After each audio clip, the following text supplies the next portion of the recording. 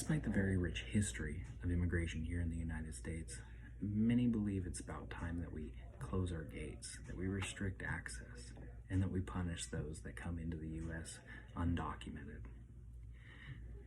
Oftentimes, when presented with information about the history of immigration, people make reference to the glory days, alluding to things like Ellis Island and people waiting in line and getting a job and learning English and assimilating to American culture and ideals. The problem with this is it's a very whitewashed history of immigration here in the United States.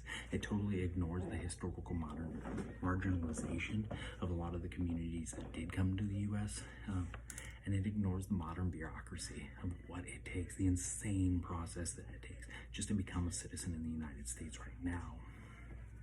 People posit immigration as a threat to the social and moral fabric of the United States. This is a justification for changing social and economic situation.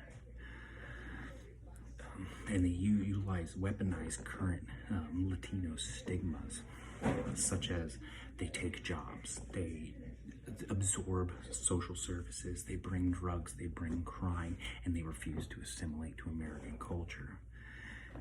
And while it would be great if we could say this was new and it was merited in something, the reality is it's the only thing it's merited in is a historical fear-mongering of immigrants in the United States. And it's a repeated cyclic practice that the only thing that actually changes is the demographic, the group that it aims to marginalize. A lot of times people like to say that there was this standard that all Americans had to go through, or that all peoples had to go through when immigrating to the U.S. But that's just not the case. The standards change. Like I said, the bureaucratic red tape that immigrants have to go through now is insane. While right now much of immigration rhetoric revolves around race, it's historically was very much based in ethnic and religious differences. A big one was in the very beginning when people first started showing up on the shores of the United States, was Catholics and Jews were perceived as representative of the old world oppression that they were coming from, that it was this old rotten group, and they were oftentimes, denied services within the community. Like, they lived there, but they weren't, they often, like in some cases, were expected to pay double taxes. They weren't allowed to own firearms. They weren't allowed to be parts of the community. This was even further magnified by the Irish Catholics who were escaping extreme destitution with the potato famines in Ireland, and the fact that the British were unwilling to provide aid to the Irish at the time. But the U.S. was an up-and-coming industrialized nation, and we needed cheap migrant labor. So immigrant labor was valued, but their cultures were not. Other examples of a lot of this idea was even in the very beginning with like the Germans coming, they were, because they wanted to be able to speak German and they wanted to be able to run schools their own way. Like, they were oftentimes shunned by the majority Anglican society. But a big issue that comes that really parallels a lot of the issues that we have today was the issues of race.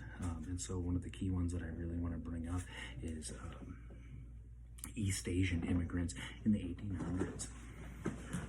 So the gold rush brought a lot of Chinese immigrants, and Chinese already had issues with being perceived as other because culturally they were so different from the white culture that existed here in the United States. But just like previous immigrants, their cheap labor was valued. They worked the mines, they built the railroads. They were also hated, but consequently they were hated by the labor unions, who really coined the idea that they were stealing our jobs, because they believed that a lot of the jobs that were going to cheap labor Chinese immigrants should be going to native-born Americans, without acknowledging the role that employers play into that. Consequently, East Asians were denied property rights here in the United States. And then it all kind of culminated with the Chinese Exclusion Act of 1882, which barred all laborers from entering into the United States. Still allowed merchants and traders to come in. But this actually ended up being problematic in its own. Not only was there an insane amount of stigmas, similar. Chinese are bringing drugs. They're bringing prostitution. They refuse to assimilate. They refuse to learn the language. They're stealing the jobs, kind of like what we're experiencing today. But they were so hated that they ended up kind of culminating into large groups, into urban cities, which actually ended up giving birth to the Chinatowns, that paired with the fact that the majority of them were merchants after the Chinese Exclusion Act.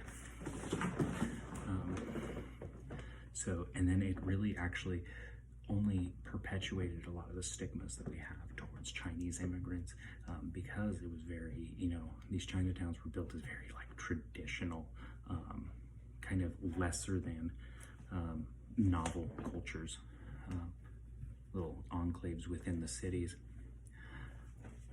And then World War II, kickoff of World War II, a lot of the anti-Chinese sentiment was actually shifted from the Chinese to the Japanese, which resulted in one of the greatest atrocities in American history, which was the internment of U.S. citizenship due to their Japanese ancestry.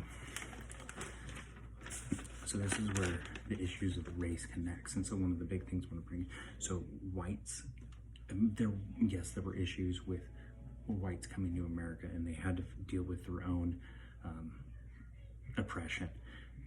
They've been assimilated, and a lot of this is due to their skin color. But we've been unable to reconcile issues with minorities. Even East Asians are treated as a model minority. So yes, they do have access to some of the rights, but they're still subject to a lot of the stigmas that are experienced because of their Asian ancestry. On the opposite ends of the spectrum, we have the African American experience, which is absolutely appalling. And then somewhere in the middle is the experience of Latino immigrants. And so the reason why this is important is it's important to provide a historical context of the rhetoric that surrounds immigration. So immigrants are not the problem. The problem is our perception of immigrants. So we can't truly provide decent policy on immigration within the United States unless we can analyze the history and the xenophobia and the racism that surrounds our creation of policy regarding immigration.